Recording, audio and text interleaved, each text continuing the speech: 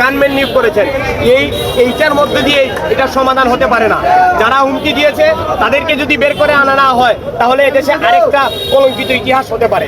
সেই জন্য জননেত্রী শেখ হাসিনাকে, যিনি গণতন্ত্রের মানুষকন্যা, জননেত্রী Sheikh Hasina mother of humanity, ওনাকে আমরা বিনয়ের সঙ্গে অনুরোধ জানাতে চাই আজকের এই প্রোগ্রাম থেকে আপনি অতি বিলম্বে এই বিষয়ে হস্তক্ষেপ করুন, অন্যথায় প্রশাসনের টনক নড়বে না। তার কারণ প্রশাসনের বিভিন্ন জায়গায় বড় বড় দুর্নীতিবাজ এরা বসে আছে, এরা চায় যে কোনোভাবেই এই জিনিসটা বেরিয়ে না আসুক, কারণ এই জিনিসটা বেরিয়ে আসলে অনেক বড় বড় রাঘব বল বের হয়ে আসবে।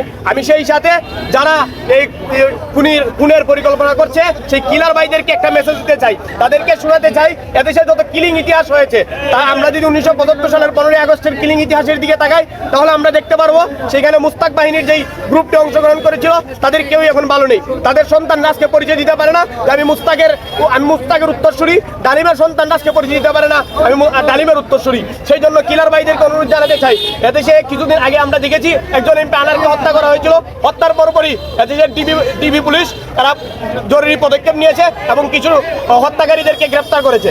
সেই জন্য আমরা তাদেরকে একটা বিনয়ের সঙ্গে অনুরোধ জানাতে চাই, ও আমার কিলার ভাই তুমি সতর্ক হয়ে যাও।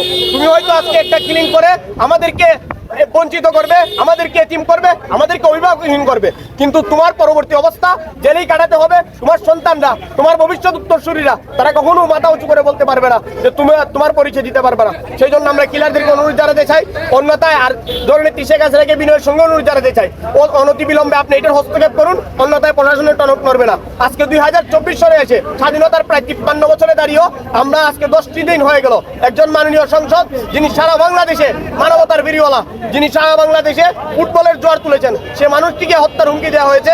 আজকে প্রায় 10-12 দিন হয়ে গেল জিডি, এখনো কোনো হত্যাকারীকে বের করে আনা হলো না। এটি অত্যন্ত মর্মান্তিক এবং দুঃখজনক।